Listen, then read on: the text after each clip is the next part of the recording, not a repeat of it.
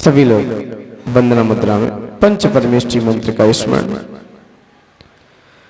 ओम नमो अरिहंताणम,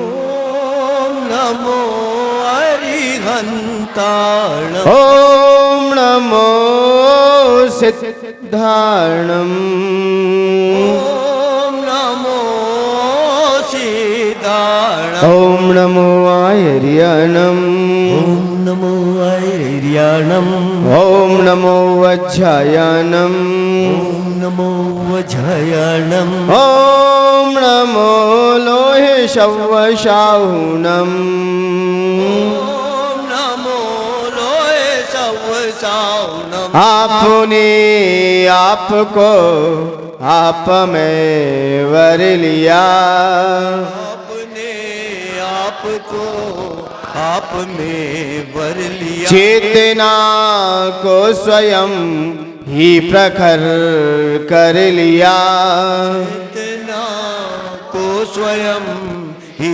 प्रखर कर लिया। बीतरागी प्रभु हे महावीर जिन, भीतरागी प्रभु है महावीर जी। आदिनाथ प्रभु तुम हो तारण तरण, आदिनाथ प्रभु तुम हो तारण तरण। आपके दोई चरण में विनम्र नमन, आपके द्विचरण में विनम्र नमन। निर्विकारी हुए वस्त्र अंबर किए, भीतरागी हुए वस्त्र अंबर किए, छोड़कर राग को जो दिगंबर हुए, छोड़कर राग को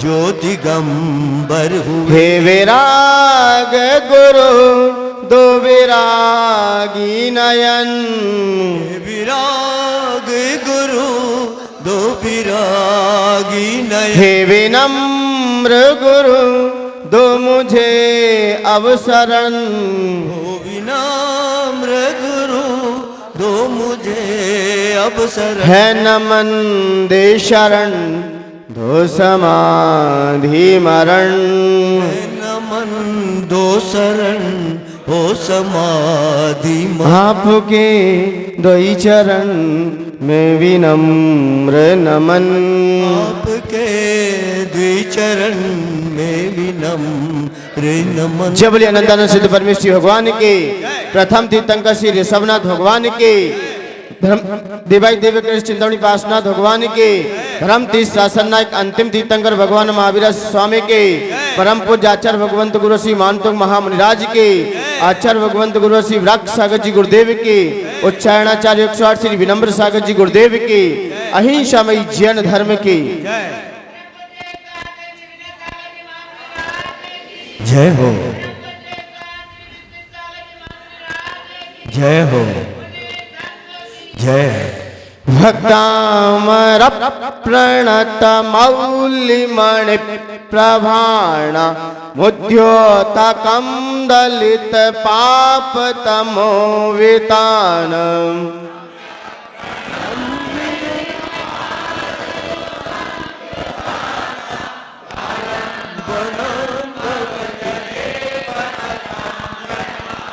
यह संस्तुतः सकल वाङ्मय तत्त्वबोधा दुद्भूत बुद्धि पटु भी सुरलोकनाथ ही,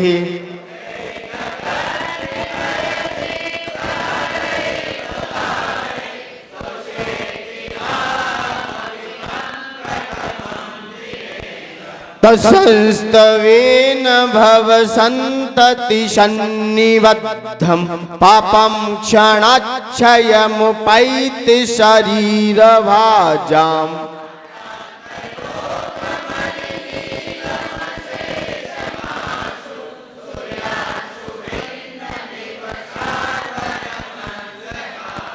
सूर्यांशु भिन्नमिव शार्वरमन्धकारम्,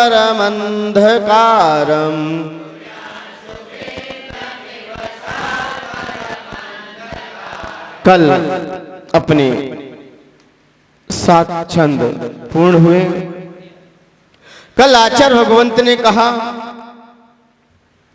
कि जितने भी संसार में पाप हैं, कई जन्मों के पाप हैं, वो आपकी भक्ति करने से क्षण भर में क्षय को प्राप्त हो जाते हैं।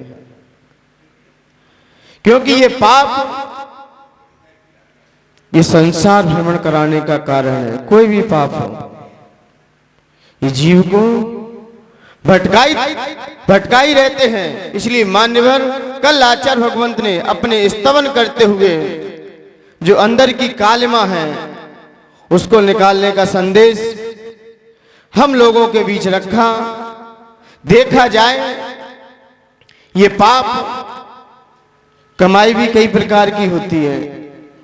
एक आपकी कमाई, एक बाप की कमाई, तीसरी पाप की कमाई। कमाई भी कितनी होती है? आप कितना भी पाप कर लेना, पाप की कमाई ज्यादा नहीं ठहरेगी।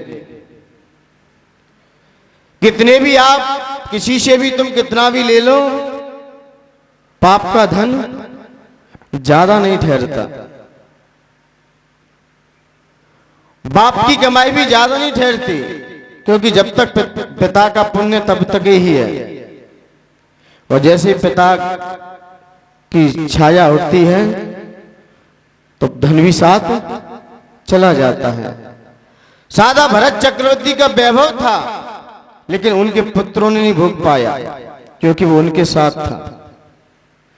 अपनी कमाई ही अपने को दिखाई देती है, क्योंकि आप अपनी कमाई पे रहोगे तो खड़े रहोगे, दूसरों की कमाई पे रहोगे कभी सक्सेसफुल नहीं हो सकते।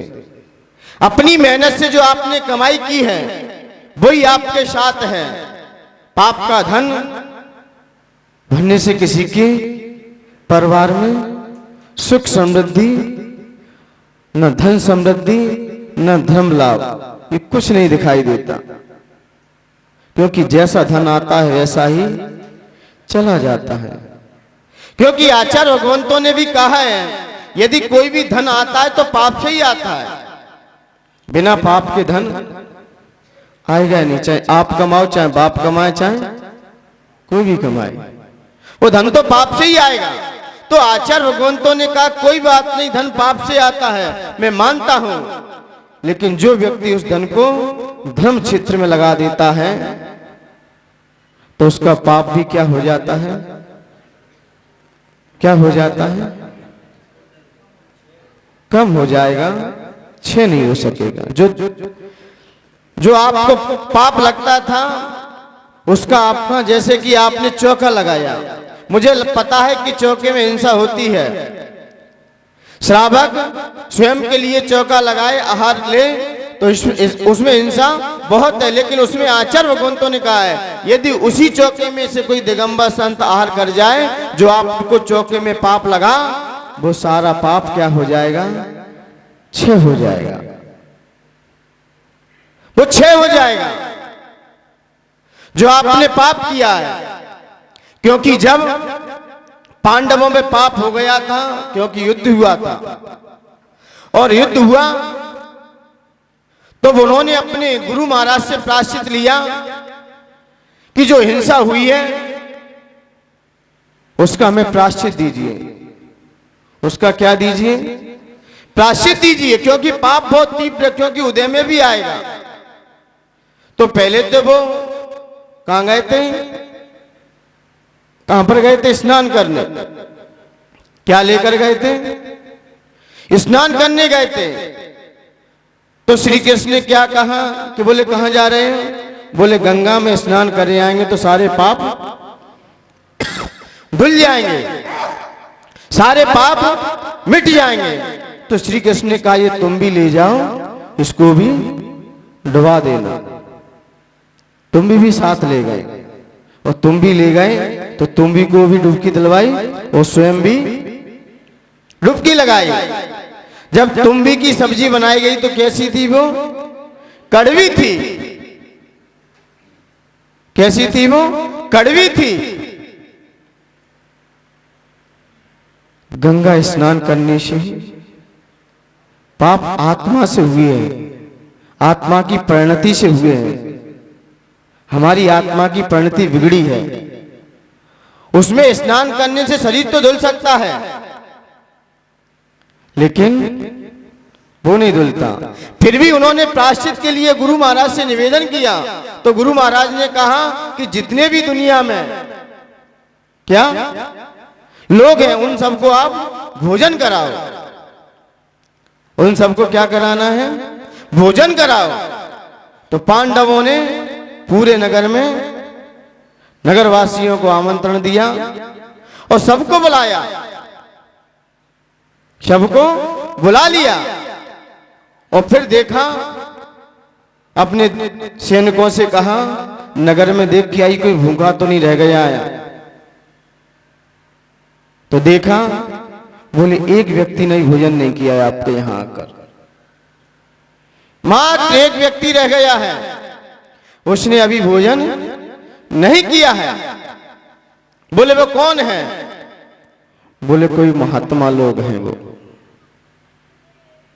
महात्मा है। तो सबसे पहले युधिष्ठिर ने क्रम क्रम से सबको भेजा, भीम को भेजा, भीम से कहा जाइए सादर अनुनय विनय के साथ उन्हें अपनी भोजनालय में अपनी दावत में लेकर आइए। वो गए तो भीम से कहा कि मैं ऐसे नहीं आता, जिसने अपने जीवन में 100 यज्ञ किए होंगे तभी जाऊंगा। तो भीम ने तो कहा मेरे परिवार में तो अभी एक भी यज्ञ नहीं हुआ है, एक आध हो गए तो बात अलग है, मुझे नहीं पता। अर्जुन को भेजा, नकुल को भेजा, सहदेव को भेजा, सबका एक ही उत्तर था। युधिष्ठिर स्वयं चल के आए। फिर गुरु महाराज यही कहते रहे, जिसने 100 यज्ञ किए होंगे वहीं जाऊंगा। लेकिन महिलाओं का दिमाग तो फिर चलता ही, द्रौपदी साथ में ही थी। द्रौपदी ने कहा, बोले वो क्यों नहीं आए भोजन करने अभी तक? तब सब लोगों ने कहा कि उनकी ये भावना है कि जिसने 100 यज्ञ किए होंगे तभी हम आहार करने, तभी भोजन करने जाएंगे। तो महिला ने, द्रौपदी ने कहा चलो मैं चलती हूँ। द्रौपदी आई। द्रौपदी संत महात्मा को देखा, बोले आपको आहार के लिए निकलिए, चर्या का समय है। बोले आपने 100 यज्ञ किए हैं कि नहीं किए? तब द्रौपदी ने कहा, हे गुरुवर, मैंने शास्त्रों में पढ़ा है, आगम में पढ़ा है, इतिहास गवाह है कि जो व्यक्ति संतों के एक बार भाव से दर्शन कर लेता है उसे 100 यज्ञों का फल मिल जाता है। 100 यज्ञों का फल मिल जाएगा। या तो शास्त्र में लिखा हुआ गलत है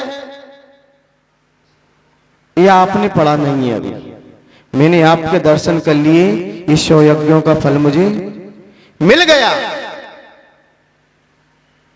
तब संत महात्मा ने बात मानी कि वास्तव में सही लिखा है। मतलब उनको भी प्रायश्चित करना पड़ा। पांडवों को भी भले युद्ध किया भाई से, लेकिन बाद में उन पापों का भी पश्चाताप करना पड़ा। व्यक्ति के प्रायश्चित लेने के भाव होते हैं। अंदर से जो गलती हो गई है, जो पाप हो गया है, उसका पश्चाताप होता है। तो माननीय सबसे बड़ा प्रायश्चित तो यही है। ऐसा कोई मुल्क नहीं है जो पाप को स्वीकार नहीं करता हो। अबे सावन का महीना चल रहा है और हम 11 महीना कितने जीवों का घात करते हैं और 1 महीना छोड़ देते हैं। क्यों डर रहा है 1 महीने के लिए? क्यों भय घुस गया आपके अंदर जो 1 महीने हम मांस मच्छी कुछ नहीं खाएंगे? क्यों 1 महीना क्यों छोड़ा आपने? क्योंकि इस समय सारे देवता जागृत रहते हैं। सारी शक्तियां सावन के महीने में जागृत हैं। इसलिए सावन का महीना जैनों के लिए पर्व माना गया है, क्योंकि जितने भी व्रत प्रारंभ होता है तो सावन के महीने से होता है। अपना काल भी प्रारंभ होगा ना तो सावन का महीना ही होगा। इसलिए सावन के महीने को विशेष कहा है। इस समय कितना से बड़ा पापी भी पापी होगा, वो भी पापों से डरेगा, वो भी पापों से भयभीत होगा। लोग कहते हैं पाप और दोष में अंतर क्या है? पाप उसे कहते हैं हमारे पास कोई व्रत संयम नहीं है, फिर जो क्रिया कर रहे हैं वे सब पापी हैं। और व्रत संयम लेकर कोई गलती हो जाए वो दोष है, वो दोष है। आपने प्रतिमा ली, आपने आलू का त्याग कर दिया 1 महीने के लिए, और फिर धोखे से यदि कोई आपके खाने में आ गया तो आपने अपने व्रतों में क्या लगा लिया? दोष लगा लिया। और आप पे कोई व्रत नहीं है फिर खा रहे, तो फिर कौन हो? फिर कौन हो? पापिष्टेन दुरात्मना जड़ दिया, मैं पापी हूं, मैं दुष्ट हूं, मैं अपराधी हूं। फिर मैं कौन हूं? पापी हूं। और जब तक व्रत है और कोई गलती हो जाए तो फिर क्या है? दोष है। लोग कहते हैं भक्तामर यदि हमने शुद्ध नहीं पढ़ा तो पाप लगेगा, इसलिए भक्तामर हम पढ़ते नहीं है। संस्कृत का हम पढ़ेंगे तो पाप लगेगा। कोई स्तुति हम इसलिए नहीं याद क्योंकि पाप लगेगा। मान्यवर, पाप नहीं लगेगा। भगवान की भक्ति करने में कोई पाप नहीं है। आपको भक्तामर ठीक है, आपको सही पढ़ना नहीं आ रहा है, सीखिए, किसी ने मना नहीं किया है। बोले बोलना नहीं आता है, मायाचारी मत कीजिए। बाकी सारे शब्द सब अच्छे से बोलते हो, पानी यहां लेके आओ, भोजन दे दो, बाकी सारे शब्द अच्छे से बोलोगे, और यहां के क्या कहोगे? मुझे पढ़ना नहीं आता। सीखिए, और गलती भी हो जाए तो पाप नहीं लगेगा, पाप को पाप नहीं लगेगा। जो समुचित फल मिलने था वो कम हो जाएगा। जो आपको उस भक्तांबर कोई भी स्तुति पढ़ने में जो आपको समुचित पुण्य मिलने था, आप पेपर देने गए, आपने कोई पेपर में गलती कर दी तो नंबर कम हो जाएंगे। नंबर तो मिलेंगे, लेकिन जो नंबर मिलने चाहिए थे वो नहीं मिल पाएंगे, क्योंकि गलती आपने की है। अब पाप नहीं है। लोग कहते हैं कि भक्तामर अशुद्ध हो जाएगा तो पाप लग, कोई भगवान के कार्य में कोई पाप नहीं है, बस हमारा पुण्य कमजोर हो जाएगा।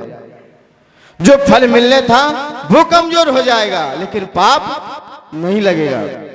भगवान की भक्ति, भगवान के पास आने से पाप और नष्ट हो जाते हैं। गुरुओं की मात, जो तो अन्य वेद वाले कहते हैं एक बार संत का कोई भाव सहित दर्शन कर लेता है उसे 100 यज्ञों का फल मिल जाता है।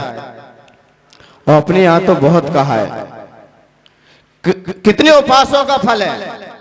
जैसे जैसे हम नजदीक पहुंचते हैं तो यहाँ पाप नहीं है। तो इसलिए मान्यवर, कल आचार्य भगवंत ने कहा तो भी यदि हमारे जीवन में कोई पाप हो गया है तो आप भगवान की सच्चे मन से स्तुति करना, आज नहीं तो कल। पापों का क्षय जब भी होगा तो प्रभु भक्ति से ही होगा, गुरुओं की सेवा से होगा या प्रभु की भक्ति से होगा, और कोई दूसरा रास्ता नहीं है। और कोई हमारे पास रास्ता नहीं जो हम जाके पाप धो लें, क्योंकि पाप करने के स्थान तो बहुत हैं। हर जगह जगह पाप के स्थान खड़े हैं, लेकिन पुण्य का स्थान निर्धारित है, वो निर्धारित है। उसके पास आपको चल के आना ही पड़ेगा। और पाप तो हम करते ही रहते हैं, सुबह से लेके शाम तक क्या करते हैं। यदि अमाउंट देखा जाए ना, आप लोगों का मिलाया जाए कि पाप की मात्रा ज्यादा निकल जाएगी पुण्य की। यदि मेल देखा जाए, आपका पूरा चार्ट अकाउंट बनाया जाए, प्रॉफिट एंड लॉस सारा विषय देखा जाए, तो मात्रा सबसे ज्यादा किसकी आएगी? और 90% पाप है और 10% पुण्य है। गति कौन सी है? और 90% पुण्य, 10% पाप है देव गति, 50-50 मनुष्य गति। 30 से 40% तक पुण्य चल रहा है, 25% तक पुण्य है और 75% पुण्य है और 25-30% पाप है, तब भी गति है। और आधा आधा है तो हम जो लेके आए कम से कम अपनी पूंजी बचा के रखना, नहीं पूंजी खा लो।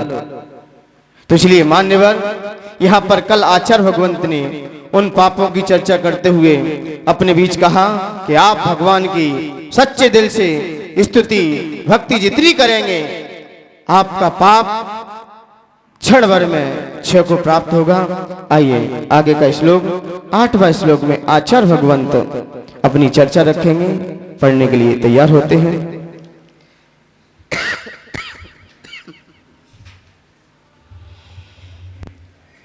मद्वेति नाथ तव संस्तवनम मयेद,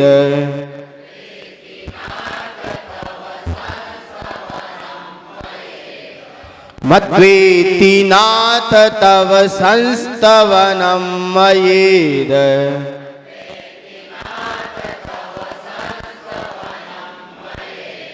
मारभ्यते तनुधियापि तव प्रभावात्,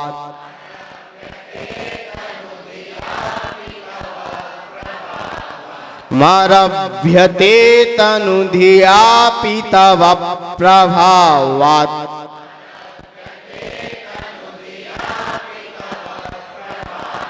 चेतो हरिष्यति शतं नलनिधलेषु,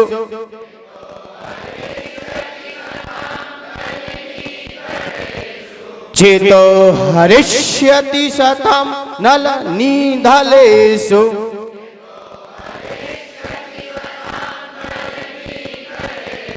मुक्ता फलद्युतिमुपैति ननोदविन्दुः,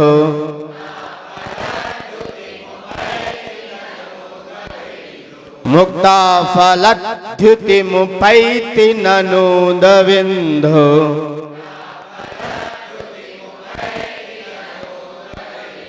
पढ़िए।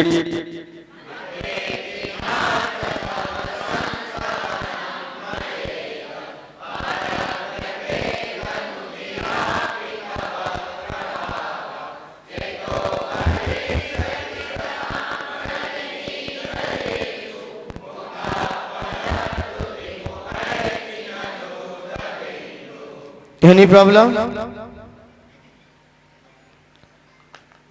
Any problem? यहां पर थोड़ा ध्यान देना है। वैसे बहुत सरल छंद है ये वाला। चेतो हरिष्यति सताम नली, नली निधलेषु, निधलेषु, ठीक। इसका छंद, इसका फल क्या है? सर्वारिष्ट योग निवारक। कोई भी योग हो किसी प्रकार का हमारे जीवन में, सर्वारिष्ट योग निवारक। यदि हमारा योग गलत चल रहा है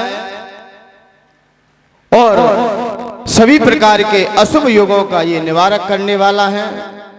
किसी प्रकार का योग, योग हमारे जीवन में क्यों आता है? अशुभ योग जीवन में कब बनते हैं? जब हम अपने आप को सब कुछ समझने लगते हैं, जब हम अपने आप को सब कुछ समझते हैं। आप कुछ मत समझिए अपने आप को, आप अपने अंदर तो समझते रहिए, लेकिन बाहर के लोगों के सामने आप अपने आप को ज्यादा दिखाने का प्रयास ना करें, क्योंकि दिखाओगे आप, यदि किसी को अपने आप को ज्यादा दिखाओगे तो डिफीट खा सकते हो, और लघुता दिखाई तो प्रभुता मिल जाएगी। तो यहां पर सभी प्रकार के योगों का निवारण करने वाला है। किसी प्रकार के योग यदि हमारे जीवन में आते हैं और उन योगों को दूर से ही निकाल देता है। किसी प्रकार का, जैसे हम किसी के प्रति हमारा गलत भाव होता है, यदि कोई हमसे द्वंद्व भाव रखता है, तो आप इस छंद को पढ़िए। आपसे कोई भी विपक्ष में बैठा है, लोग कहते वो उनसे मेरी गलती हो गई है, तो आप अपनी लोक प्रवृत्ति को हटाइए, आप उनसे अपेक्षाएं हटाइए। किसी से आपकी जितनी अपेक्षा हटती चली जाएंगी, आपका वो अपना मित्र बनता चला जाएगा और अपेक्षाएं जुड़ती चली जाएंगी।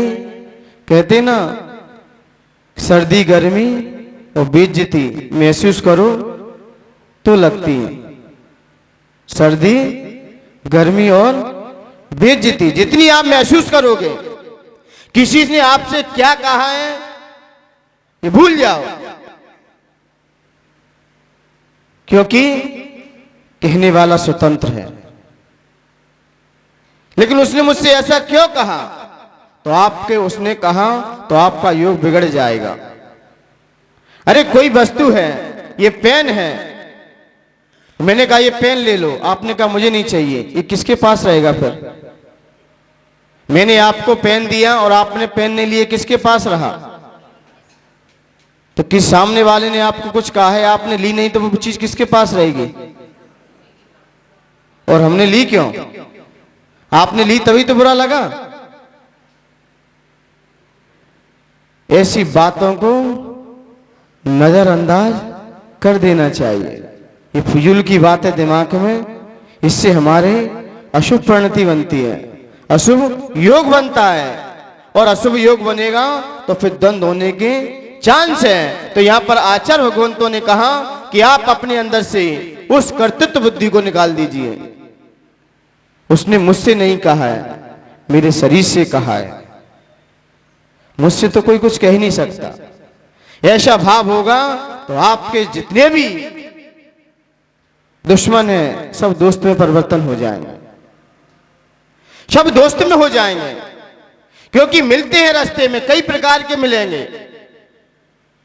कई प्रकार के आपको मिलेंगे, लेकिन आप बातों की नजरअंदाज करते रहिए। क्योंकि आप ये मत देखिए, आप यदि उठना चाहते हो तो लोग मुझसे क्या कहते हैं, इस पे दिमाग लगाओगे आप आगे नहीं बढ़ पाओगे।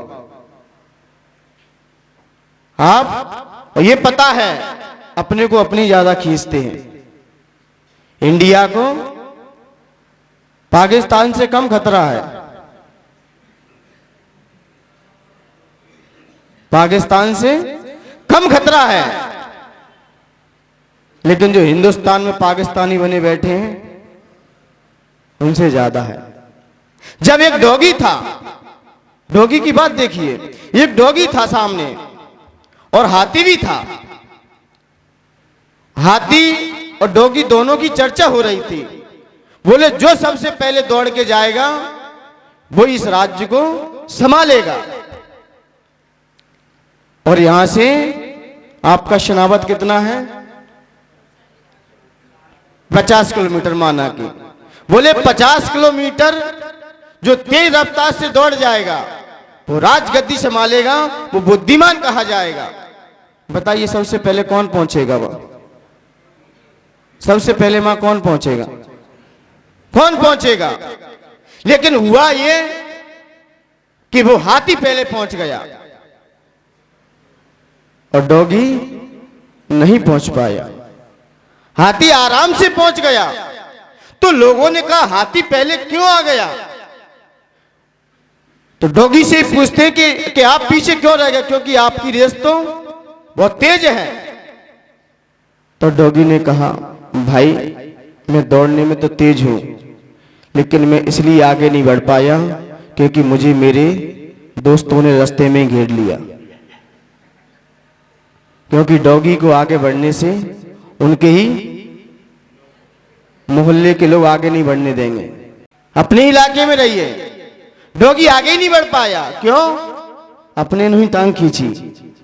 कुत्ते को रोकने वाला है उनके ही बिरादरी के होते हैं, और किसी को कोई मतलब नहीं, कुत्ता कहीं भी जाए, लेकिन उनके बिरादरी के वहीं रोक लेंगे, वहीं टूट पड़ेंगे उसके ऊपर।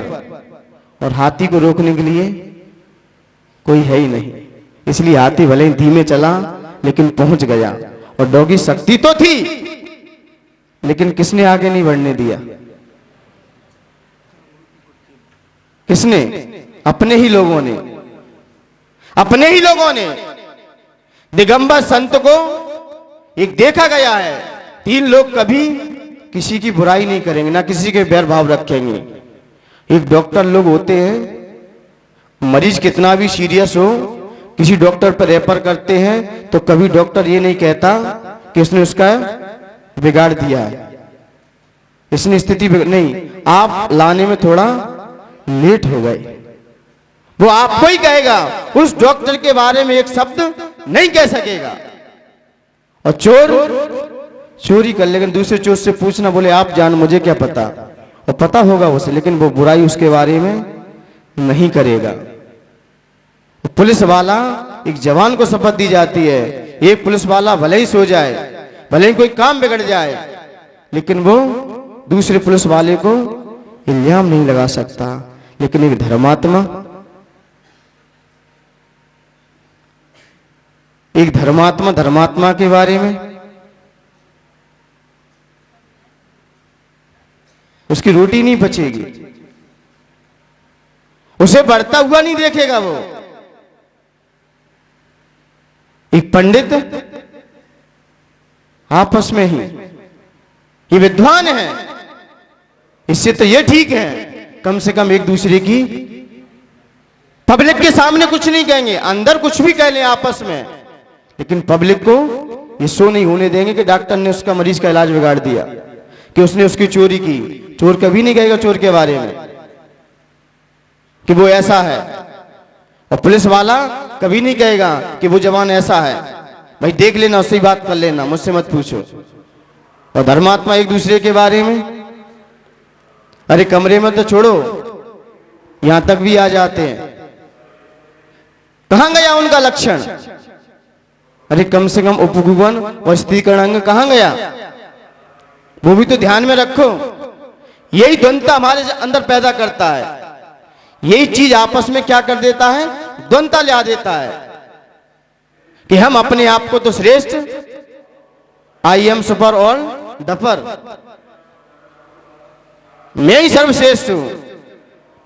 और यही तो कर्तृत्व बुद्धि व्यक्ति को द्वंद्व पैदा करेगी, द्वंद्व पैदा कर देगी। आपके अंदर एकता संगठन का जीवन नहीं जी सकोगे, टूट जाओगे आप, क्योंकि ऐसे व्यक्ति हमेशा अधिकांश अकेले ही पाए गए हैं, अकेले ही मिलेंगे जो अपने आप को श्रेष्ठ, अपने आप को श्रेष्ठ समझने से कोई श्रेष्ठ नहीं होता। दूसरा आपसे कहे तो यह है श्रेष्ठता, क्योंकि हीरा कभी नहीं कहता कि मैं ये हूं, दूसरे ही उसकी कीमत करते हैं, दूसरे ही उसकी कीमत करते हैं, वो अपने आप को नहीं कहता। और अपने आप को कहा तो द्वंद्व पैदा होता रहेगा, खटास बैठती रहेगी, कभी मिठास नहीं आ सकती। मिठास आएगी तो हमें अपने आप को तुच्छ समझकर, और आचार्य भगवंत आज इसी श्लोक में अपने आप को बिल्कुल सब कुछ कर देंगे। ये छंद ही ऐसा है, तो इसलिए भक्ति अब क्यों बढ़ रही है आगे? तो आगे इसी छंद को लेकर आचार्य भगवंतों ने अपनी समीक्षा रखी है। आइए इसकी जाप देखते हैं, फिर जाप देख के अपन आगे बढ़ेंगे, छंद की तरफ देखेंगे। ओम ह्रीम रम नमो पदानुसारिणम, ओम ह्रीम रम नमो पदानुसारिणम। ऐसे मुनिराज जो एक पद पढ़ते हैं और किसका ज्ञान हो जाता है? सभी द्वादशांग का पूरा ज्ञान कर लेते हैं, मात्र एक पद पढ़ते हैं। और एक द्वादशांग में संपूर्ण पद कितने हैं? लिखाया कि नहीं लिखाया? इसमें भी लिख गया होगा, आ गया ना? 112 करोड़ 83 लाख 58,005 पद होते हैं। कितने होते हैं संपूर्ण द्वादशांग में? ये पदों की संख्या है, लेकिन एक पद में कितने श्लोक होते हैं? तो 51 करोड़ 8,84,621। कितने? एक पद में श्लोक, अब पद में श्लोक भी तो आएंगे, तो एक पद में श्लोकों की संख्या है कितनी?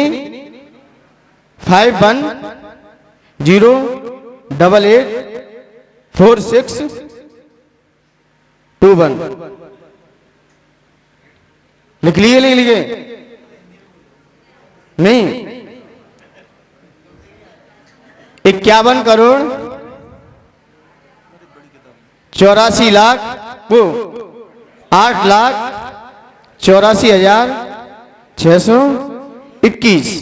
ये एक पद में श्लोक की संख्या है। और एक श्लोक में कितने अक्षर होते हैं? तो 32। एक श्लोक में कितने अक्षर निकल के आएंगे? 32।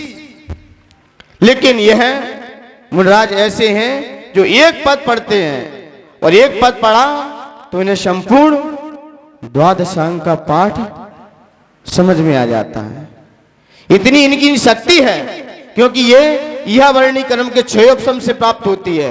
किससे? यह वर्ण। ये मतिक ज्ञान के वेद में एक आता है यह अवाय, यह अवग्रह और अवाय और धारणा। ये चारों जो आते हैं, जो उसमें यह वर्ण कर्म का क्षयोपशम यदि आपका तीव्र होगा तो आप वस्तु को समझ जाओगे। यह का मतलब होता है क्या है? यह अवग्रह। जैसे आपको तालाब में कुछ दिखाई दिया, लेकिन बाद में थोड़ा सफेद सा दिखाई दिया, तो कहा ये क्या है? और जान लिया उसे, ये तो बवला है। और कालांतर में ना भूलना, ये धारणा है। यह अवग्रह और अवाय और धारणा। जब निर्णय करने की आपके अंदर क्षमता आ जाए तो यह वर्णी कर्म का आपका क्षयोपशम बढ़ जाएगा, विकास कर जाएगा। क्योंकि यह वर्णी कर्म का क्षयोपशम आते ही हमारे अंदर सारे वस्तुओं को जानने की क्षमता भी हमारे अंदर आ जाती है। आप स्कूल में देखते हैं ना, जो प्रतिभाशाली क्षेत्र होते हैं, प्रतिभाशाली छात्र होते हैं, किसे कहते हैं?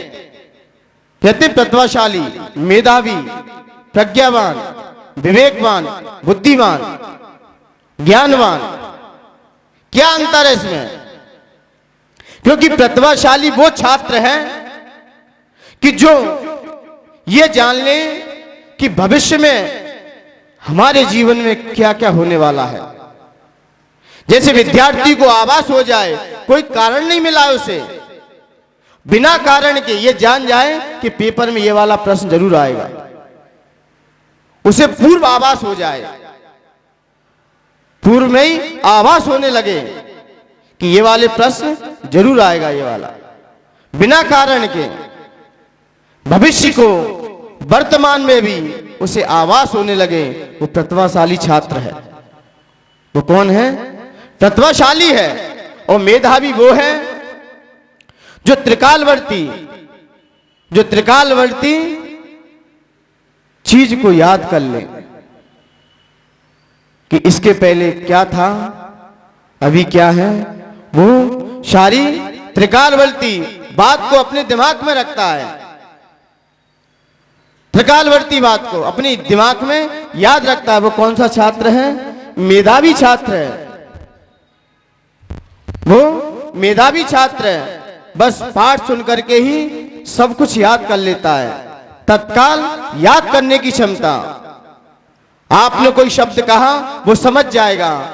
भूत प्रज्ञापन की अपेक्षा से ये कथन है, वर्तमान की अपेक्षा से ये कथन है, और भविष्य की अपेक्षा से ये कथन है। और आपने बात कही, जैसे कहा कि आप बेटा हो, तो वो समझ जाएगा ये भूत में कौन थे, किस गति से निकल के आया है, और भविष्य में ये क्या होगा वो भी जान लेगा।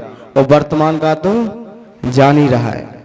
जो त्रिकालवर्ती पदार्थों को जो जान लेता है और पाठ सुनकर तत्काल याद कर लेता है, वह मेधावी छात्र है।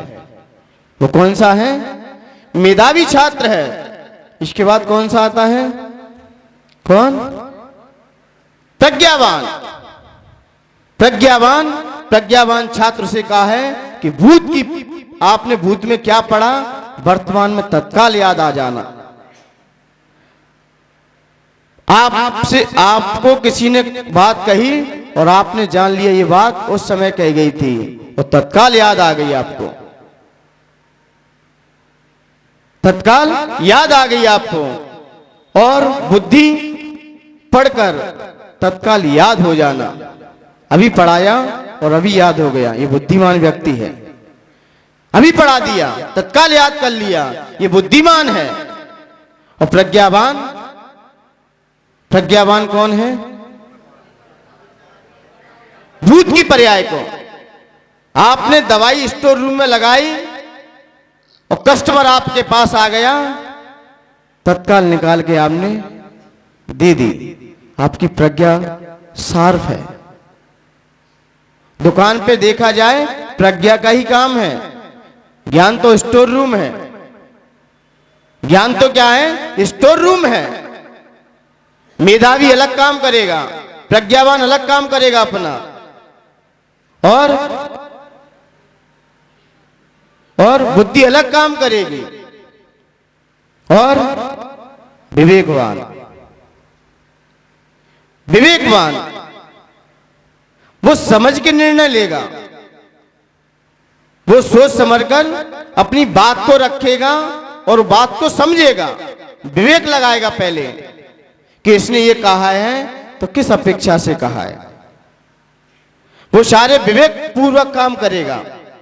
विवेकवान तो वैसे ही शक्तिशाली है, बात सुन लेगा आपकी लेकिन निर्णय कुछ नहीं करेगा, समझ जाएगा सब तरह से, लेकिन बात वक्त समय पर आने पर आपसे कहेगा। ये विवेकवान है। जो बच्चे छोटे छोटे, आप यदि जानना चाहते हो कि मेरा बच्चा आगे चल के प्रगति करेगा या क्या करेगा, यदि आपका छोटा बच्चा है, यदि कोई वस्तु लेके यदि उसको तोड़ता है, कोई भी चीज दे दो, तोड़ रहा है या उसे फोड़ रहा है, और चीज दी वो जैसी की तैसी उसने रख दी, तो समझना चाहिए अभी बच्चा की बुद्धि का ही विकास नहीं हुआ है। और बच्चे ने लिया और खोला मुदी चालू कर दी, तोड़ना फोड़ना। ये बच्चा ये बहुत इंटेलिजेंट है, ये आगे चल के बहुत प्रगति करेगा।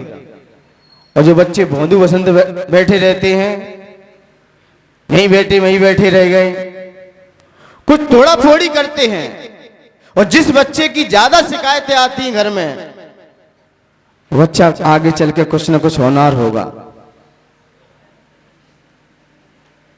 कुछ अच्छा बन के दिखा देगा। ये इतिहास है।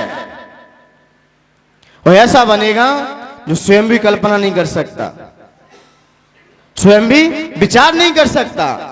एक बच्चा था तो मनोवैज्ञानिक ने उसका इंटरव्यू लिया।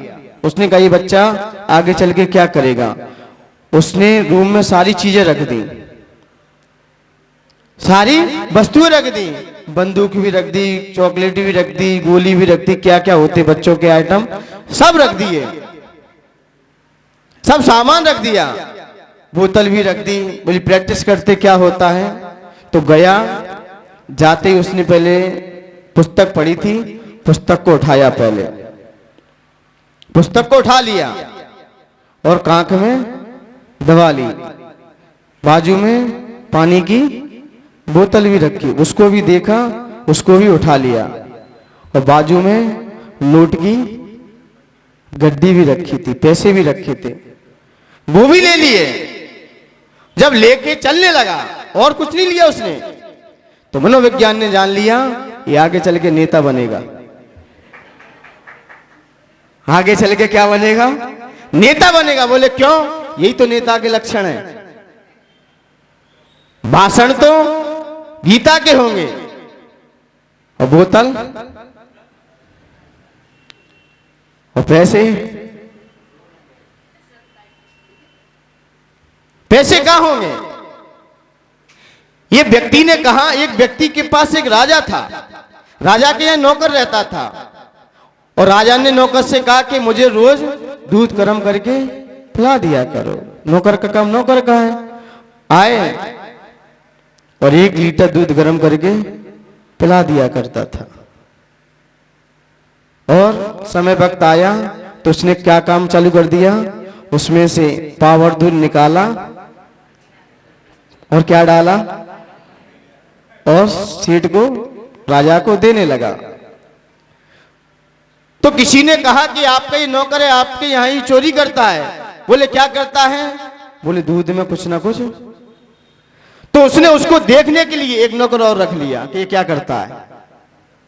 उसने एक और नौकर रखा। कुछ समय देखा, दोनों नौकरों की फिर साठगांठ हो गई। फिर आधा पावर उसने भी लिया और उसने भी लिया। अब आधा लीटर पानी मिला दिया। फिर उसने चला ये विषय। फिर कुछ समय बाद किसी ने फिर शिकायत कर दी कि राजन, ये आपने दो नौकर रखे हैं, ये बहुत आपका ही काम बिगाड़ते हैं। राजन ने उन दोनों नौकरों को देखने के लिए एक और रख लिया कि भाई आप देखभाल करते रहना इनकी। एक और रखा, लेकिन कुछ समय तक चला तो तीसरा भी वही मिल गया। जब तीसरे के लिए जब ऐसा ही चला, फिर चौथा भी रख लिया। अब तो साजा तो बहुत कमजोर होता जा रहा था और कमजोर हो गया। तो चारों ने दूध पिया। रात में राजा सो रहा था, तो जो मलाई होती है ना, वो ली और मूछ पे आके लगा दी। बोले आप लोगों ने मुझे रात में दूध ही नहीं दिया। रात में दूध पी के सोता था, आपने मुझे दूध ही नहीं दिया। तो चारों मिलके बोले, हे राजन, देखिए प्रमाण, आपके मूछ पे भी मलाई लगी है। रात में आप दूध पी के ही सोए थे। ऐसे ही जनता का पैसा जाता है और राजा के हाथ में कितना पहुंच पाता है, कहां चला जाता है बीच बीच में। एक को देखने के लिए एक रख लिया, जाता किससे है और पहुंचता कितना है। बोले पैसा घिस जाता है, जाते जाते घिस जाता है। इसलिए मान्यवर ये बुद्धि है। यहां पर आचार्य भगवंत ने कहा कि ऐसी बुद्धिमानता आपको आगे नहीं बढ़ने देगी, आपका विकास नहीं होने देगी। इसलिए मान्यवर यहां बुद्धि की बात है। पदानुसारणम, ऐसे पद पढ़ते ही अब यहां पर व्याख्या थोड़ी इसकी ये है कि हमारा ये ज्ञान बढ़ता हुआ कैसे होगा कि जिससे हम भी जानने के लिए क्षमतावान बने और जानने का भी प्रयास करें। तो आचार्य भगवंत एक ही बात कहते हैं, सबसे पहले पढ़े हुए विषय को आपको यदि अपना विषय याद रखना है। लोग कहते हैं हम भूल जाते, पढ़ते तो बहुत हैं लेकिन पेपर में जाते ही हम भूल जाते हैं। तो कुछ मत कीजिए, आपने जो विषय पढ़ लिया है उस विषय पढ़े हुए को एकांत स्थान पर बैठकर आप उस पर चिंतन करें। ये विषय मैंने पढ़ा है, अब उसके बारे में सोचें कि ये विषय लिखा गया है तो इसमें ध्येय क्या है, अभिप्राय क्या है, उसको जाने। और आपने उस विषय को जान लिया है और अपने शिक्षक से उसका डिस्कस कर लिया है और प्यूरिफाई करके आपने अपने अंदर रख दिया है, तो आपको जो प्रश्न आ गया है तो आप उस उत्तर को भी आप बना के लिख सकते हैं, क्योंकि हमने इस विषय को समझ लिया है। उसे एक स्थान पर बैठकर याद कर लो। लेकिन होता यह है कि हम पढ़ते बहुत हैं, बस पेपर दिया और पेपर देने के बाद 1 महीने बाद वही पेपर ले लिया जाए फिर से 1 महीने बाद ही। तो हम क्या करते हैं, क्यों भूल गए। ये रटंत विद्या है, ये रटंत विद्या ज्यादा नहीं ठहरती और व्यक्ति पढ़े हुए विषय को भी याद रख लेता है। कौन से विषय को? जिस पे उसका मंथन दौड़ा होगा। एक स्थान पर आप 3 घंटे पढ़ो, मैं मना नहीं करता हूं, लेकिन सुबह ब्रह्म मुहूर्त में उठ जाओ। जो आपने रात भर पढ़ाई की है उसको सुबह ब्रह्म मुहूर्त में उसको स्मरण कर लो। पूरी विद्या को आप सुबह जो जो पढ़ते हो वो दिन भर आप गुनगुनाते हो। दिन भर गुनगुनाओगे, आपने जिस विषय को चिंतन किया है वो विषय आपका बढ़ता चला जाएगा। मुनिराज कितनी गाथाएं पढ़ते हैं, लेकिन समय पर क्यों याद आ जाती हैं? क्यों?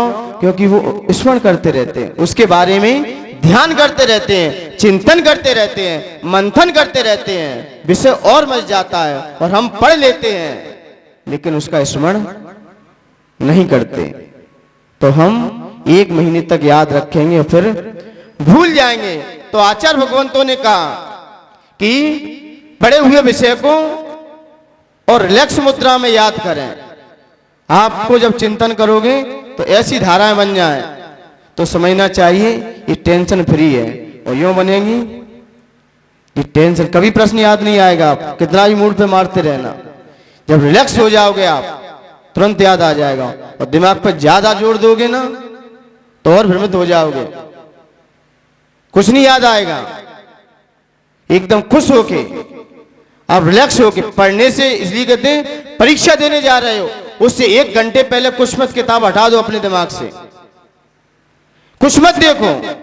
अब जो पढ़ा है बस उसी का चिंतन करो, उसी के बाद अब नया कुछ मत पढ़ो, क्योंकि जब 365 दिन में तुमने नहीं पढ़ पाया, अब 1 घंटे में क्या आ जाएगा। तो उस विषय में बस चिंतन करो, फिर चिंतन भी छोड़ दो, एकदम रिलैक्स हो जाओ, कुछ मत जानो। आपने जो पढ़ा है तत्काल आपको याद आता रहेगा। और ज्यादा दिमाग पर जोर दिया तो दिमाग से और चला जाएगा। तो ज्यादा जोर देकर नहीं पढ़ना है। और नंबर 2, बहुत सारे विषय मेरे पास। तो सबसे पहले ब्रह्म मुहूर्त में उठना चाहिए विद्यार्थी को, सबसे पहले ब्रह्म मुहूर्त में उठना चाहिए। ब्रह्म मुहूर्त में उठेगा, विकास होगा, आपकी बुद्धि तीव्र बढ़ेगी। क्योंकि ब्रह्म, जितने भी महापुरुष हैं, ज्ञानी पुरुष हैं, चाहे युग पुरुष हो चाहे महापुरुष हो, इनका जीवन चरित्र देखिए। जो आज इतनी ऊंचाई पे पहुंचे हैं, आज तो हमारे पास सारी फैसिलिटी है, सब कुछ है, लाइट भी है और सारी फैसिलिटी है, बता नहीं सकता क्या क्या फैसिलिटी है। और पहले के विद्यार्थियों से पूछो, लालू की लैंटेन से पढ़ा है, लालू की लैंटेन से, और कांग्रेस के आशीर्वाद से, माता पिता के आशीर्वाद से, गुरुओं के आशीर्वाद से, वहीं से पढ़ा है। सबसे पहले बच्चे लोग माता पिता के पैर छूकर, और स्कूल में जाएं तो टीचर के सबसे पहले चरण स्पर्श कर लो, विद्या का विकास होगा। क्योंकि विद्या किताब में कम, चरणों में है। किताब की विद्या ज्यादा नहीं चलेगी, आप चरणों में बैठे बहुत कुछ सीख जाओगे, बहुत कुछ सीखोगे। आपने जो नहीं पढ़ा है वो भी याद आ जाएगा, यदि आप बड़ों का सम्मान और आदर करते रहे तो। और बड़ों का अनादर किया जो है ना, वो भी डिलीट हो जाएगा, वो भी आपके दिमाग से चला जाएगा। तो हमारी निगाह में बड़ों का सम्मान, बड़ों का आदर और बड़ों की आज्ञा, आपने ये स्वीकार कर ली, आपका क्षयोपशम, आपका ज्ञान, आपका विकास अपने आप बढ़ता दिखाई देगा। और कोई विषय पढ़ें तो समझ के पढ़ें और संभल के पढ़ें। अब विषय आता है, ये तो होगा अपनी याद, यानी कि हमारी मेमोरी आगे कैसे बढ़ती हुई हो। इसलिए मान्यवर, अध्ययन किया है आपने तो मात्र 3 दिन तक आपको याद रहेगा। कोई विषय आपने अध्ययन कर लिया, समझ लिया, उसे फेरा नहीं तो 3 दिन तक आपके पास रहेगा। इसलिए महिलाएं बहुत शास्त्र पढ़ती हैं और 3 दिन बाद पूछो चला गया, क्योंकि उसमें चिंतन नहीं किया, मंथन नहीं किया। और आपने उसका बार बार चिंतन कर लिया है, बार बार मंथन कर लिया है, बार बार उसको दोहरा लिया है, तो ये 1 महीने तक आपके पास से कहीं बाहर नहीं जा सकता। आपके पास 1 महीने तक आपके पास रहेगा। और उसी विषय को यदि आपने किसी को सुना दिया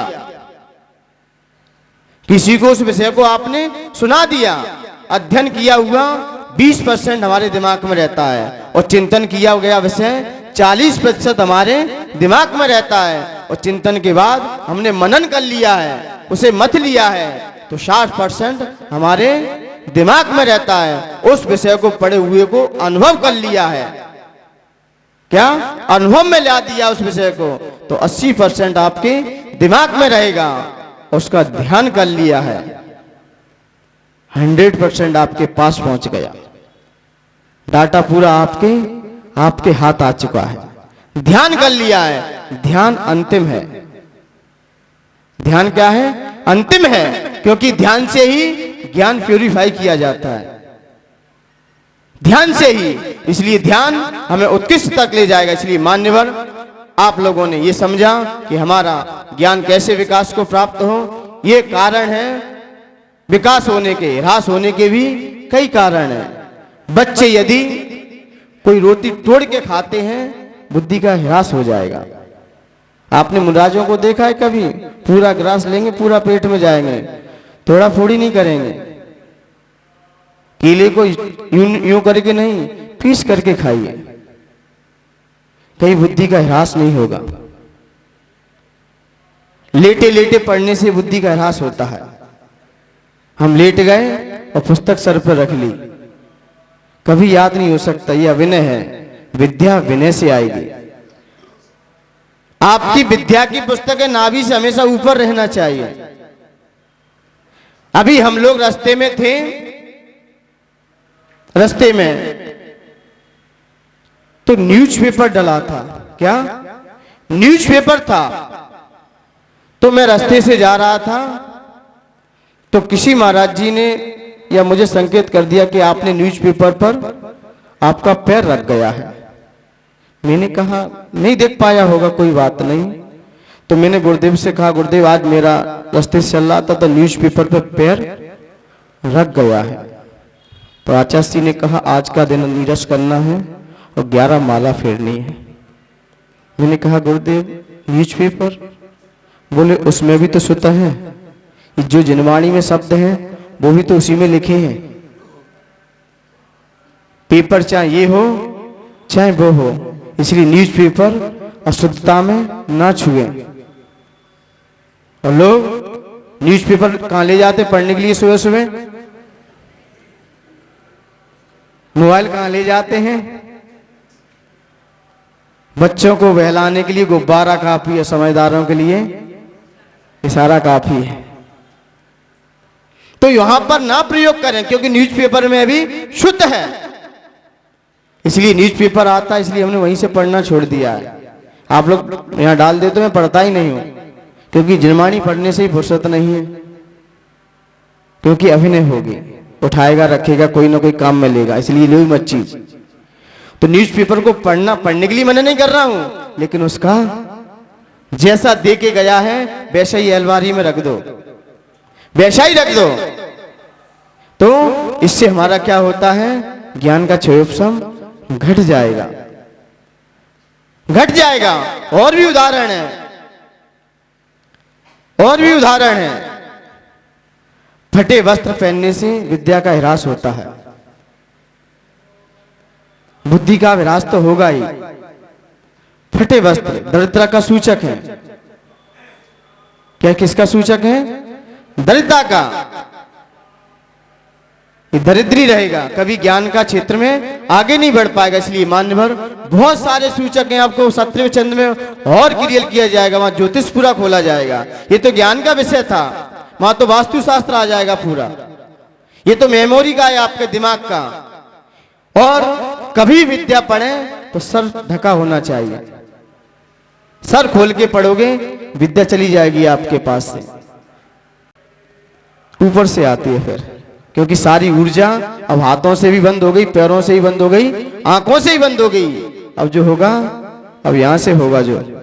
इसलिए उनके लिए विकल्प मत करना कि मेरा तो ढकता ही नहीं है, हमारा तो ढकवा देते हैं। जब आप मुनि बन जाना ना, तब आप भी आ जाना। लेकिन अभी हम गृहस्थ आश्रम में हैं, तो हमें इसलिए इंद्र देखा है ना, भगवान की जब आराधना करता है उसका एक बदन भी खाली नहीं रहता, एक सिर्फ आंख के सिवा,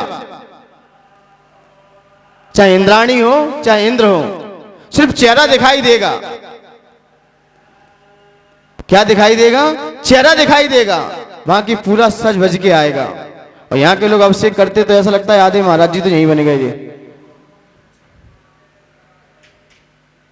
कपड़े भी ऐसे पहनते हैं कि पूरे महाराज जी दिखाई दे रहे हो।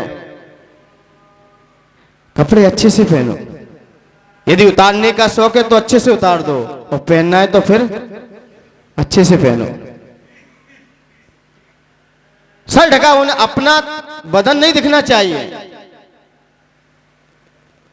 मैं ब्रह्मचारी था तो आचार्य श्री कहते थे कपड़े अच्छे से पहनो, दुपट्टा डाल लिया, बदन नहीं दिखना चाहिए। शौक है तो मुनि बन जाओ, लेकिन जब तक है शरीर ढका होना चाहिए।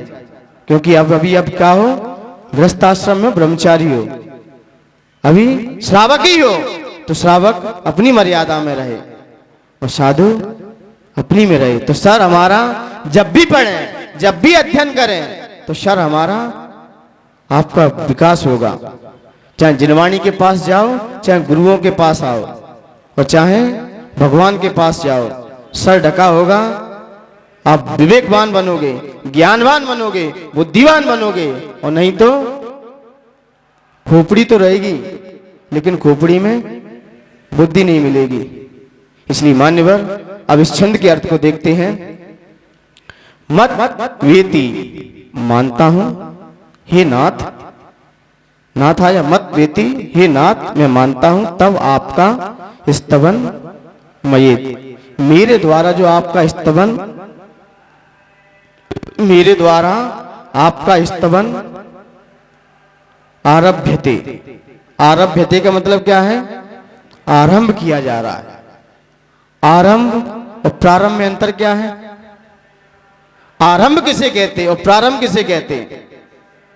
यहां शब्द क्या आ गया? आरभ्यते। तो आरंभ किसे कहते हैं?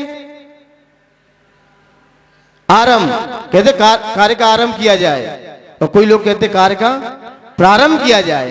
तो आरंभ प्रारंभ में अंतर क्या है? हैं?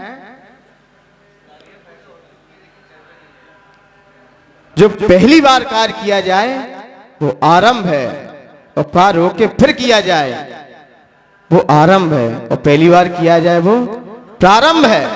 जैसे महिलाएं देखी ना, तुम दिमाग कितना दिमाग रखती हैं। सुबह खाना बनाना है, 4 रोटी सेकी, 4 पराठे सेके और आटा ढांक के रख दिया, अब वो आएंगे फिर चालू कर देंगे। जो पहली बार किया था वो प्रारंभ था, और कार्य को रोककर फिर चालू कर दिया वो आरंभ है। वो आरंभ है, एक ओपनिंग एक रीओपनिंग। एक क्या? ओपनिंग और एक रीओपनिंग। क्योंकि ये शब्द क्योंकि पहले छंद में आता तो प्रारंभ कहते, लेकिन छंद कहां पर फंस गया है? बीच में है। तो ये क्या कह दिया? आरभ्यते, जो मेरे द्वारा ये आपका स्तुति क्या किया जा रहा है? आरंभ किया जा रहा है, प्रारंभ नहीं कह रहे। क्योंकि बीच का पहला होता तो प्रारंभ कहते, बीच में आ गया तो क्या कह दिया है? आरभ्यते। आरभ्यते। तनु, तनु में होता है छोटा। धीमाने बुद्धि, मेरे पास बुद्धि कैसी है? छोटी है, छोटी बुद्धि है, लेकिन फिर भी आपका स्तुति मेरे द्वारा क्या हो रहा है? आरभ्यते। तब प्रभावात, तब प्रभावात, तब प्रभाव, आपके प्रभाव से यह स्तोत्र क्या मेरे द्वारा जो स्तवन आपका आरंभ किया जा रहा है और आरंभ किया जा रहा है। तनुध्यापी, बुद्धि छोटी है मेरे पास, क्या है? थोड़ी बुद्धि होने पर भी आपके प्रभाव से चेतो हरिष्यति, चित्त हरिष्यति, हरण करेगा। ये क्या करेगा? चित्त को हरण करेगा। जो भी इस स्तोत्र को पढ़ेगा सबके चित्त को क्या करेगा? आकर्षित करेगा, अपनी तरफ खींचेगा, अपनी तरफ खींचेगा। ऐसा मैं मानता हूं। मत वेत्ति नाथ, ऐसा मैं मानता हूं। ऐसा मेरा विचार है कि भगवान ये स्तोत्र जो मेरे द्वारा आरंभ किया जा रहा है, ये स्तोत्र सबके मन को अपनी तरफ खींचेगा, ऐसा मैं मानता हूं। तो इसमें किसका प्रभाव है? भगवान का कि आचार्य मानतों का? किसका प्रभाव है? तो शताम नलनी दलेशु, क्या कह दिया? शताम नद नीदलेशु, शताम सज्जनों के मन को अपनी तरफ ये खींचेगा। शताम मतलब सज्जनों को ये अपनी तरफ ये स्तोत्र क्या करेगा? अपनी तरफ आकर्षित करेगा, उनके चित्त को हरण करेगा। मेरे द्वारा जो आपका स्तवन जो आरंभ किया जा रहा है, ये सज्जन जनों के मन को या चित्त को अपनी तरफ क्या करेगा? आकर्षित करेगा, चित्त का हरण कर लेगा। कैसे? नल नी दलेशु, कमलनी के दलेशु पत्तों पर, बहुवचन है, दलेशु पत्तों पर, कमलिनी के पत्तों पर, नल नी दलेशु मुक्ता फलत, मोती के समान, द्युति कांति उपैति, उपैति प्राप्त होती है। क्या? ननु निश्चय से, ऊद, ऊद का मतलब क्या होता है? जल, उदक बोलते ना, उदक। यहां पर क्या लिया? ननु उद, निश्चय से उद जल बिंदु, वह जल की बूंद कमलिनी के पत्ते पर मोती जैसी लगती है। लगाया कि नहीं लगाया? यहां पर चित्र, पत्ते हैं कमलिनी के और उस पर पानी की बूंद कैसी लग रही है? किसका प्रभाव है? पत्ते का क्या बूंद का? बूंद चमक रही है, पत्ता चमक रहा है? चमक कौन रहा है? चमक किसमें है? कमल के पत्ते में चमक है कि पानी की बूंद में चमक है? मोती जैसी कौन लग रही है? पानी की बूंद। तो पानी की बूंद के प्रभाव था कि नहीं था? पानी की बूंद का प्रभाव है कि नहीं? किसका प्रभाव है? किसका प्रभाव है? ये वक्तामर स्तोत्र जैसे ये वक्तामर स्तोत्र भले ही मैं पढ़ा रहा हूं, लेकिन इसमें मेरा कोई प्रभाव नहीं है। लोग कह रहे कि महाराज जी ऐसा मेरा कुछ भी प्रभाव नहीं है इसमें। आदिनाथ भगवान को हटा दो, आदिनाथ भगवान को हटा दिया जाए। ये प्रभाव किसका है? किसका है? यदि भगवान ना हो तो आचार्य मानता हूं कहेंगे मुझे कोई नहीं लोग जानेगा। आज आचार्य मानता हूं का नाम है तो आदिनाथ भगवान की वजह से है। इसी प्रकार संतों को आप आहार देते हो, मैं जानता हूं आप मुझे आहार नहीं देते और ना कोई मुझे आहार दे सकेगा। क्यों? क्योंकि आपको श्रद्धा ने अपने भगवान महावीर स्वामी पर। उस भगवान महावीर स्वामी की मुद्रा को हम सम्मान करते हैं, आपकी वेश को नहीं।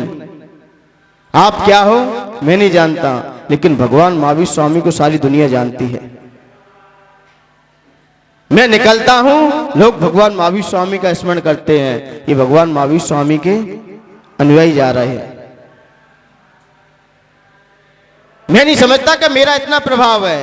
यही तो अहम बुद्धि है, यही तो कर्तृत्व बुद्धि है, यही तो कर्तापना है। देखो मेरी कितनी ख्याति है, लोग मुझे कितना सम्मान देते हैं। ये भूल है आपकी। मुझे सम्मान नहीं, यदि भगवान महावीर स्वामी ना होते तो मैं ये मुद्रा भी नहीं ले पाता। वो तो भगवान महावीर स्वामी की कृपा है, आदिनाथ भगवान की कृपा है, उनकी वजह से आज संतों का सम्मान है। लोग उनको देखते हैं। आपने क्या किया? संत ने कोई अच्छा कार्य किया तो भगवान महावीर स्वामी की जय जयकार होगी, और गलत काम कर दिया तो आपको कोई नहीं जानेगा। क्या भगवान महावीर स्वामी ने आपको यही सिखाया क्या? आप कहते हो हम जैन हैं और रात्रि में भोजन करोगे, हिंसा करोगे तो क्या कहेंगे लोग? आपके भगवान ने यही उपदेश दिया है क्या? आपके परमात्मा ने यही सिद्धांत सिखाया है क्या आप लोगों को? तो आप अनुयायी हो कि नहीं? इसलिए हम जो भी करेंगे, चाहे अच्छा करें चाहे बुरा करें, बेटा चाहे कैसा भी कार्य करे, नाम पिता का ही होगा। किसका? और गलत कर दे तो नाम किसका डूबेगा? बेटा बेटियां कोई गलत काम करके आ जाएं समाज में तो प्रतिष्ठा पे किसकी आंच आएगा? उनको कौन जाने, पिता की प्रतिष्ठा है। इसलिए कहते हैं हम बड़ों का सम्मान कर सकें या ना कर सकें, लेकिन कभी उनका अनादर ना हो जाए। सबसे बड़ी प्रभावना यही है कि हम जैन दर्शन की येन केन प्रकार अप्रभावना ना होने दें। सबसे बड़ी प्रभावना है। और मेरे द्वारा अप्रभावना हुई तो आप अपनी नहीं, भगवान महावीर स्वामी तक आंच आइए, आपके परमात्मा तक लिया जाएगा। जैन समाज में कोई काम होता है, चाहे अच्छा हो चाहे बुरा हो, तो उनके भगवान महावीर स्वामी को जरूर लोग याद करते हैं। क्योंकि अन्य समाज, जैन समाज में क्या है कोई नहीं जानती, लेकिन भगवान महावीर स्वामी को सारी महावीर जयंती सब लोग मनाते हैं। हर त्योहार मनता है। ये संदेश है। 15 अगस्त आएगा ना, ये त्योहार आते हैं और फिर भी हम बड़े किससे मनाते हैं? बड़ी डर के मनाते हैं। चाहे अंबेडकर जयंती आए, चाहे हनुमान जयंती आए, चाहे राम जयंती आए, चाहे मुहर्रम आए उनके, और चाहे अपनी महावीर जयंती आए, डर के मनाते हैं। क्यों? कोई भी जयंती निकलती है सब में पुलिस खड़ी रहती है। हमारा देश स्वतंत्र होने के बाद भी, और फिर भी हम डर रहे हैं।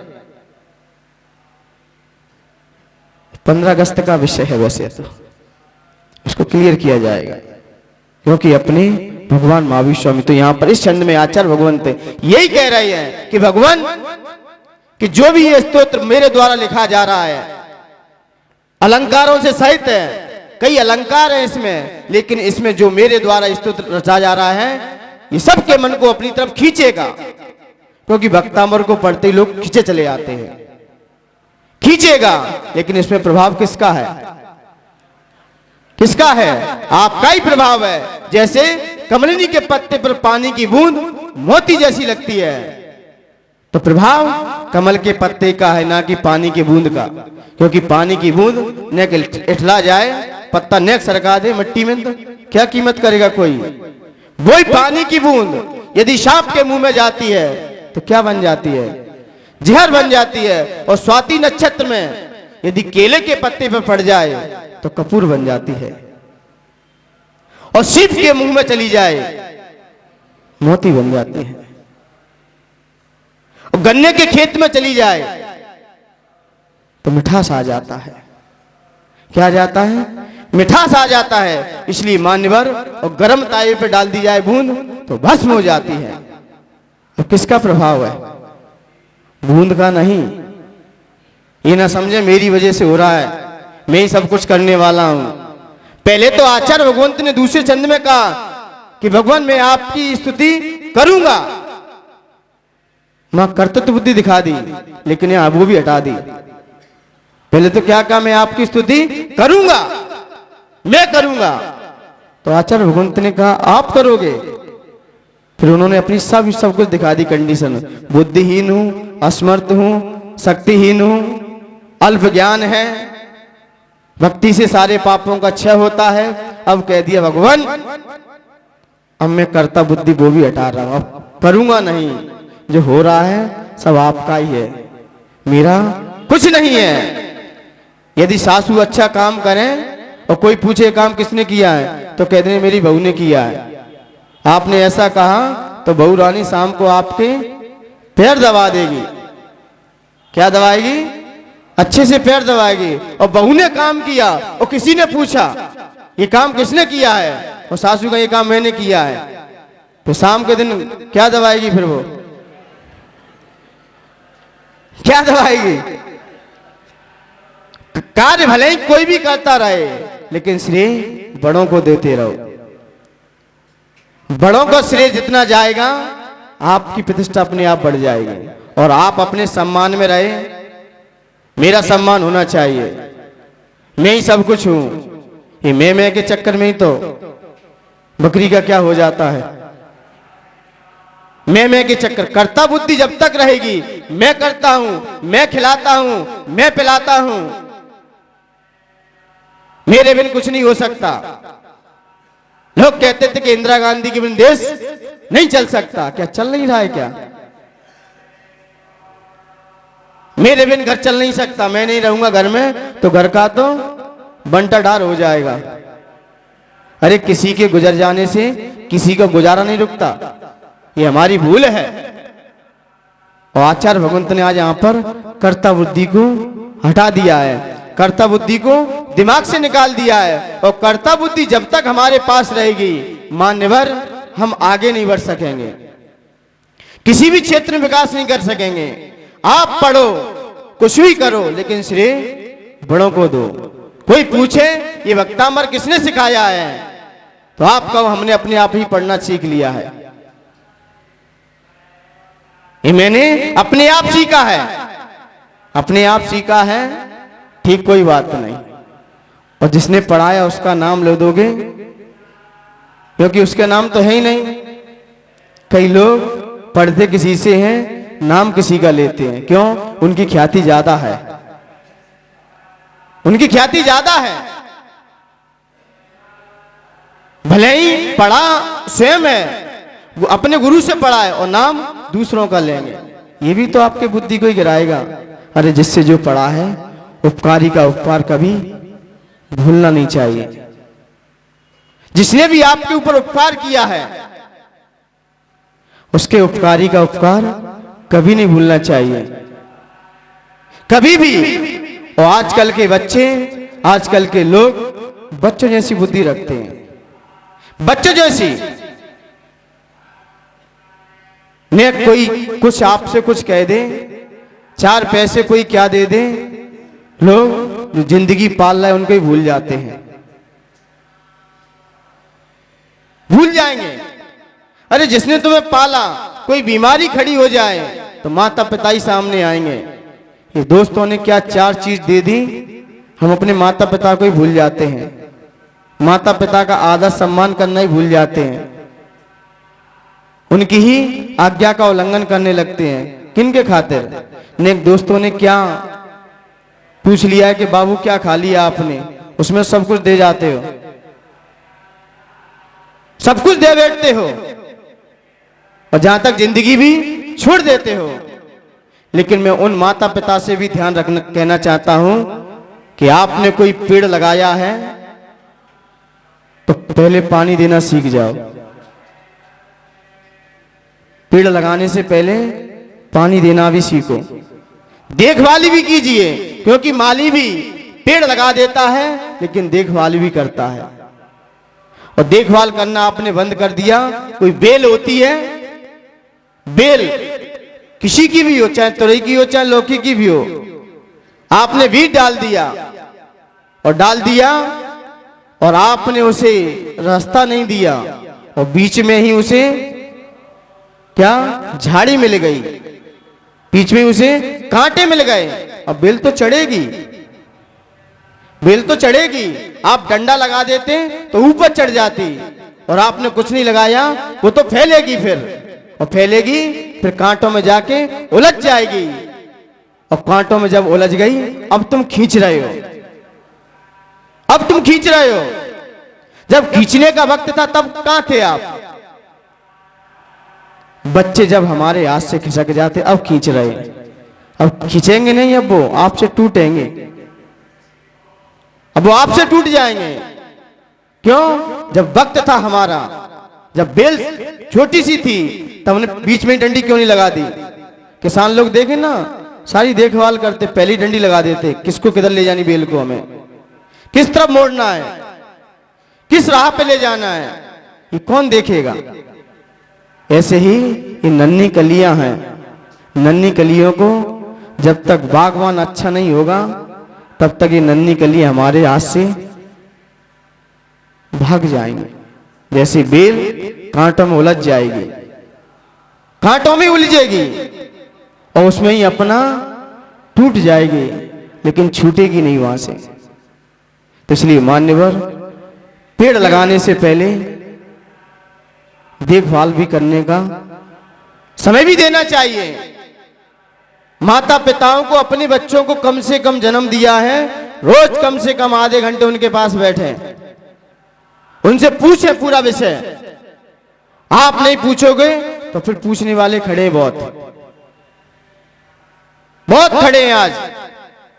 इसलिए हमें ही पूछ लें, पहले हमें उन्हें आवश्यकता पूछ ले, बेटा कोई कमी तो नहीं है, आपके पालन पोषण में कहीं कमी तो महसूस नहीं हो रही। पत्नी से भी पूछ लें कि आपको गृहस्थ आश्रम चलाने में कोई तकलीफ तो नहीं है। बिल्कुल सीरियस अवस्था में, गंभीर अवस्था में, मजाक के मूड में मत पूछना।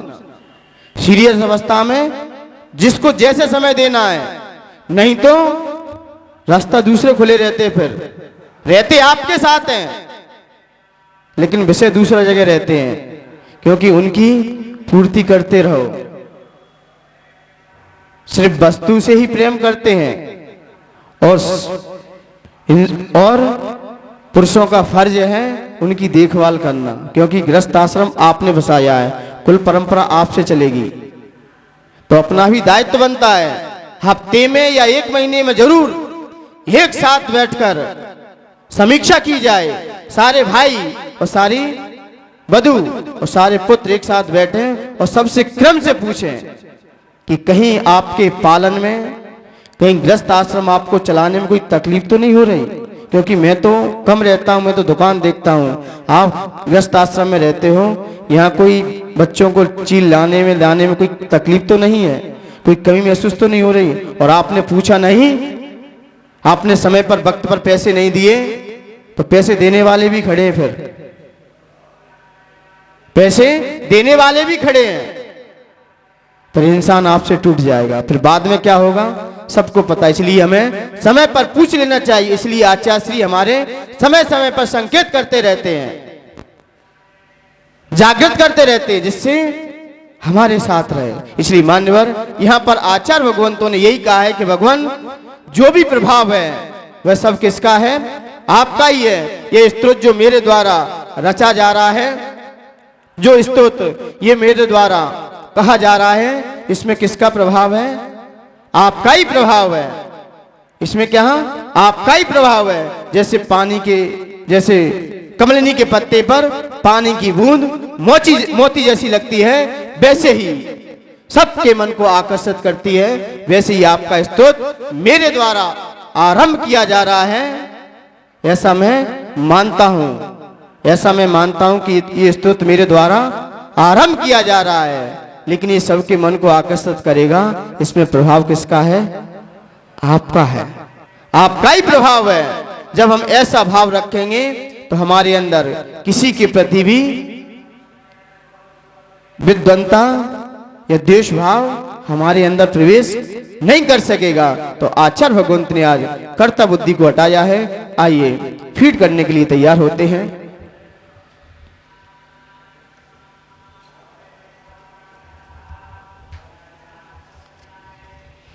सभी लोग शतरंग मुद्रा में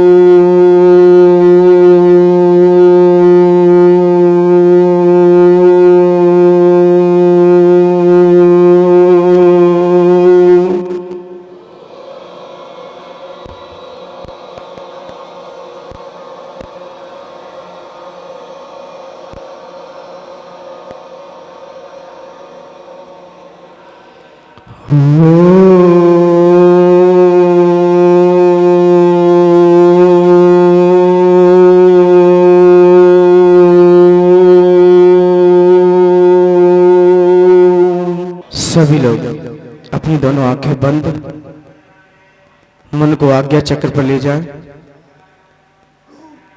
मन को, अपनी दोनों आंखों को जहां पर अपन तिलक लगाते हैं वहां पर दोनों आंखों को रख दीजिए और मन को हृदय पर ले जाए। ये थोड़ा सा ध्यान 2 सेकंड के लिए। हे भगवान, पत्ते के प्रभाव से, हे भगवान, पत्ते के प्रभाव से पानी की बूंद मोती जैसी सबके मन को आकर्षित करती है। हे भगवान, पत्ते के प्रभाव से पानी की बूंद सबके मन को आकर्षित करती है। हे भगवान, पत्ते के प्रभाव से पानी की बूंद मोती जैसी सबके मन को आकर्षित करती है।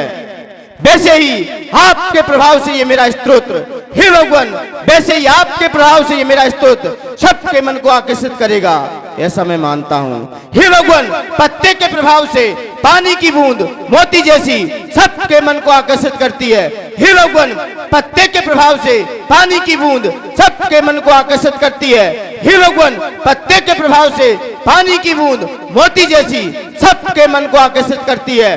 वैसे ही आपके प्रभाव से ये स्तोत्र, वैसे ही आपके प्रभाव से ये स्तोत्र मेरे द्वारा प्रारंभ किया जा रहा है, ये सबके मन को आकर्षित करेगा।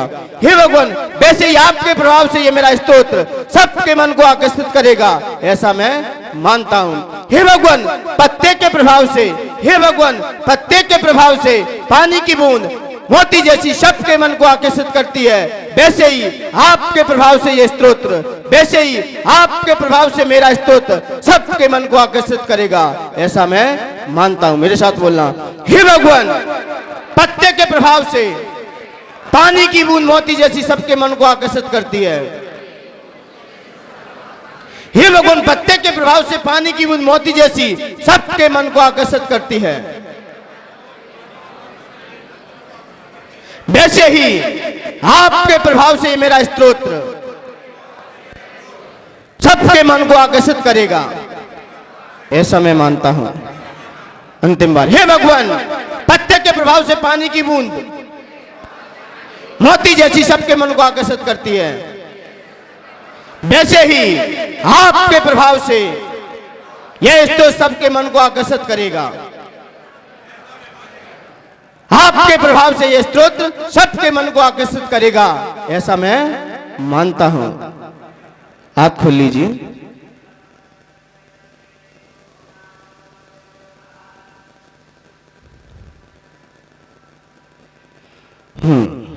कौन बताएगा कोई भावार्थ इसका? हिंदी वाला क्या बोलोगे? हे भगवान, कौन बताएंगे?